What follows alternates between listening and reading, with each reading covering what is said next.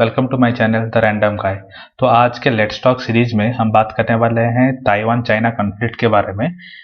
Taiwan का official name भी ROC है, यानी रिपब्लिक ऑफ चाइना, और चाइना मेनलैंड जो है उसका ऑफिशियल नेम है पीआरसी, यानी पीपुल रिपब्लिक ऑफ चाइना। तो पहले ये देख लेते हैं मैप में कि मेनलैंड चाइना कौन सा है और ताइवान कौन सा है। अगर ये पर्पल वाला देख मैप में आपको जो दिख रहा है ये है मेनलैंड चाइना, या आप इसको बोल सकते हो पीआरसी। और ये जो ऑरेंज पार्ट है वो है ताइवान, या उससे आप बोल सकते हो आरओसी। तो ये जो मेनलैंड चाइना है उसका कैपिटल है बीजिंग और ताइवान का कैपिटल है ताइपी। तो थोड़ा और जान लेते हैं आरओसी और पीआरसी के बारे में। तो आरओसी जो है वो एक आइलैंड है सदर्न कोस्ट ऑफ चाइना। तो अगर मैप में भी आप देखोगे ये जो है पर्पल में जो है मेनलैंड चाइना, उसके सदर्न पार्ट में एक छोटा सा आइलैंड है जो है ताइवान, या आप उसे बोल सकते हो आरओसी। तो पीआरसी का यहाँ पे स्टैंड क्या है? पीआरसी कंसिडर करता है ताइवान को अपना खुद का एक प्रोविंस, ये उसको एक दूसरी कंट्री मानता ही नहीं है। तो ठीक है, तो हम लोग को दोनों का स्टांस पता चल गया कि पीआरसी मानता है कि जो आरओसी है यानी ताइवान है वो उसके अंडर आता है एक प्रोविंस की तरह। तो ये सारा सब कुछ कब से शुरू हुआ था? तब जब 17th सेंचुरी में, जो 17th सेंचुरी के आसपास जो चाइना में जो ट्रेडर्स थे उनको हान चाइनीज बोला जाता है। तो हान चाइनीज जो थे वो ट्रेड करने के लिए मेनलैंड चाइना से ताइवान आए थे। तो वो जैसे वो उनका ट्रेड बढ़ता गया वो वहां पे ताइवान पे बस गए। तो अब के हिसाब से, अब के डेटा के हिसाब से जो चाइनीज वहां से आए थे अब वहां वहीं पे बस गए हैं, यानी ताइवान पे बस गए हैं। उनकी संख्या जो है बहुत बढ़ चुकी है। तो यानी कहने का मतलब ये है यहाँ पे जो नेटिव लोग थे ताइवान के, अब वो उनके करंट पॉपुलेशन के बस 2% रह गए हैं। तो अगर आप यहाँ पर देखोगे कि जो लोग आए थे, तो जो इंडिजिनस पीपल थे यानी नेटिव पीपल थे, अब वो बस 2% है टोटल पॉपुलेशन का। तो यानी ये हान चाइनीज डोमिनेटेड एरिया बन चुका है। तो अगर हम लोग टाइमलाइन के हिसाब से देखें तो लेट 1600 में चिंग्स डायनेस्टी जो रूल कर रही थी मेनलैंड चाइना, उसने कैप्चर कर लिया ताइवान को। तो यानी लेट 1700 अर्ली 1700 में ताइवान क्या था? चाइना का एक पार्ट था। तो फिर आया सीनो जापानीज वार, तो जहां पे चाइना और जापानीज दोनों वार कर रहे थे। तब जापान ने क्या किया? चाइना को हरा दिया था उस सीनो जापानीज वार में। तब 1895 में ताइवान जो है जापान के अंडर आ गया, यानी जापानीज ने ताइवान को कब्जा कर लिया 1895 में।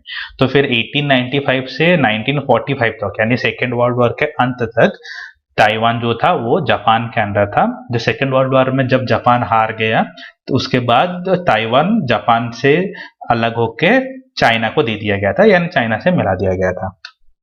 तो जब सेकेंड वर्ल्ड वॉर खत्म हुआ तब नया एरा वहां पे शुरू हो गया था, यानी चाइना में एक सिविल वॉर छिड़ गई थी। सिविल वॉर जो दो मेन पार्टीज लड़ रही थी वो एक थी केएमटी और दूसरा था कम्युनिस्ट यानी सीसीपी। तो जो केएमटी थी एक नेशनलिस्ट गवर्नमेंट पार्टी थी, और इसको किसने एस्टेब्लिश किया था? कोमिनतांग ने।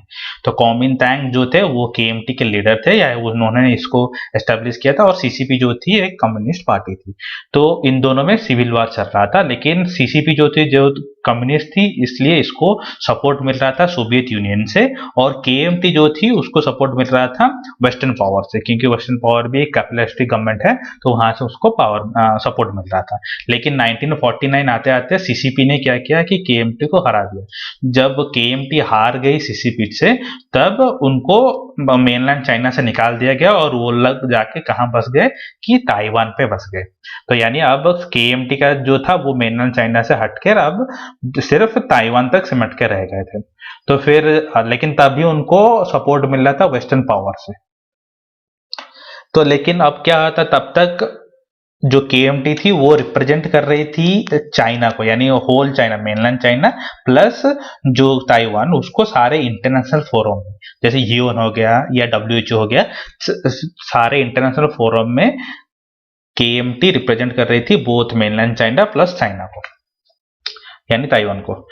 तो लेकिन जब 1970 आते आते जब रिचर्ड निक्सन बने थे प्रेसिडेंट यूएसए के, तब यानी 1970 के अराउंड 1970 आते आते जो केएमटी गवर्नमेंट थी वो बहुत ही वीक हो गई थी, और सीसीपी गवर्नमेंट जो थी वो बहुत ही पावरफुल हो चुकी थी।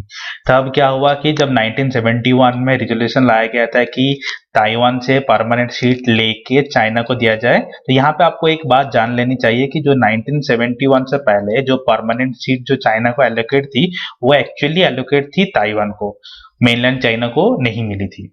तो वो मिली थी ताइवान को, क्योंकि ताइवान जो था वो रिप्रेजेंट कर रहा था बोथ ताइवान और मेनलैंड चाइना को तो सारे इंटरनेशनल फोरम में। तो जो परमानेंट सीट थी वो ताइवान के पास थी। तब जब 1971 में वोटिंग हुआ था, एक अनफॉर्चुनेट बात तब हुई थी कि इंडिया ने सपोर्ट किया था चाइना को। लेकिन अब आप जानते हो कि बहुत सारे जो भी यूएन में रेजोल्यूशंस होते हैं एंटी टेररिस्ट के, सभी जगह चाइना इंडिया को अपोज करता है। तो ठीक है, लेकिन जब 1971 में क्या हुआ कि वेस्टर्न पावर्स जो थे वो सपोर्ट कर रहे थे ताइवान को, लेकिन फिर भी बहुत सारे देश थे जो चाइना को सपोर्ट करते, यानी सीसीपी को सपोर्ट कर रहे थे, एंड सीसीपी वो जीत गया। तब चाइना जो था अब यूएन का परमानेंट मेंबर बन गया और ताइवान को रिप्लेस कर दिया गया। तो फिर जब 1979 आते आते सारा वाशिंगटन ने भी फॉर्मली एक्सेप्ट कर दिया पीआरसी को, यानी पीआरसी यानी मेनलैंड चाइना, और आप बोल सकते हो सीसीपी गवर्नमेंट को रिकॉग्नाइज कर दिया गया कि यही एक चाइना है। ताइवान को रिजेक्ट कर दिया गया वाशिंगटन के द्वारा फॉर्मली। ताइवान यूएन से हटने के बाद भी बीजिंग और ताइपेई के अंदर बहुत सारे डिसएग्रीमेंट थे। उनके अंदर बहुत सारे मैटर में डिस्प्यूट भी थे। लेकिन जब 1992 आते आते दोनों पार्टी से यानी सीसीपी और केएमटी में एक म्यूचुअल अंडरस्टैंडिंग के साथ एग्रीमेंट हुआ, जिसको उन लोगों ने कंसेंसस बोला। लेकिन उस कंसेंसस में एक लाइन था जो बहुत ही कंट्रोवर्शियल था। वो लाइन क्या है?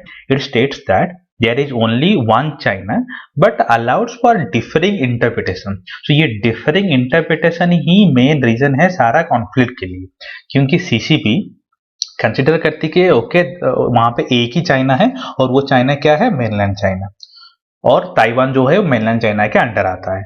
और केएमटी क्या इंटरप्रेट करती है कि ओके वहां पे एक चाइना है और वो कौन सा है? वो है ताइवान। तो 1992 के एग्रीमेंट के बाद हम लोग देख सकते हैं कि उन दोनों में, चाइना और ताइवान के अंदर बहुत ही ज़्यादा ट्रेड बढ़ गया था, यानी वो दोनों पे इकोनॉमिकली बहुत ही ज़्यादा डिपेंडेंट हो चुके थे। तो यहाँ पे एक बहुत ही इंटरेस्टिंग डेटा हम लोग देखते हैं कि जब 92 में जब वो एग्रीमेंट हुआ था, तब ये जो ग्राफ है ये रिप्रेजेंट करता है कि वहाँ पे जो लोग रह रहे हैं, यानी ताइवान में जो लोग रह रहे हैं, वो खुद को कौन से नेशनैलिटी के मानते हैं। अगर आप यहाँ पे देखो तो हमारे जो मेन कंसर्न है ये दोनों ग्राफ होने चाहिए। तो ये जो ब्लू वाला ग्राफ है, जो ताइवानीज हैं जो ताइवान में रहते हैं और सोचते हैं कि हम लोग बिलोंग करते हैं चाइना में, उनका परसेंटेज है। और ये जो ग्रीन वाला ग्राफ है ये वो लोग ताइवानीज हैं जो खुद को चाइना से अलग और ताइवान के नेटिव मानते हैं, या खुद को ताइवानीज के हिसाब से मानना पसंद करते हैं। तो अगर आप 92 में देखें, ये जो मेंटालिटी के लोग थे जो सोचते थे कि वो लोग चाइनीज हैं, वो ज्यादा थे।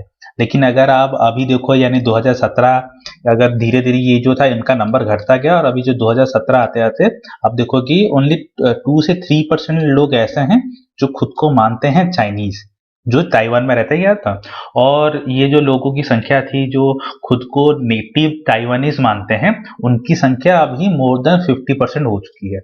तो यानी आप ऐसा बोल सकते हो कि ताइवान के अंदर अब ऐसे लोग बहुत ही ज्यादा हैं जो खुद को वहां के नेटिव यानी ताइवानीज मानते हैं, जो चाइना के द्वारा आइडेंटिफाई होना नहीं चाहते हैं, जो चाइनीज नहीं होना चाहते, चाइनीज नेशनलिज्म होना नहीं चाहते हैं। तो उसके बाद हम लोग डिस्कस करते हैं वन कंट्री टू सिस्टम के बारे में।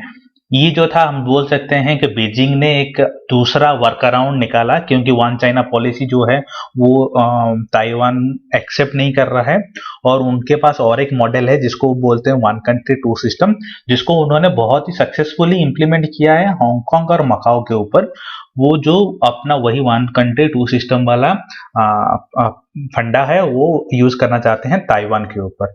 लेकिन उसके बारे में हम लोग बातें करते हैं हमारे पार्ट 2 वीडियो में। So please stay tune, and अगर आपको मेरा वीडियो अच्छा लगता है तो प्लीज लाइक और शेयर और सब्सक्राइब जरूर कीजिएगा। Thank you for watching my video.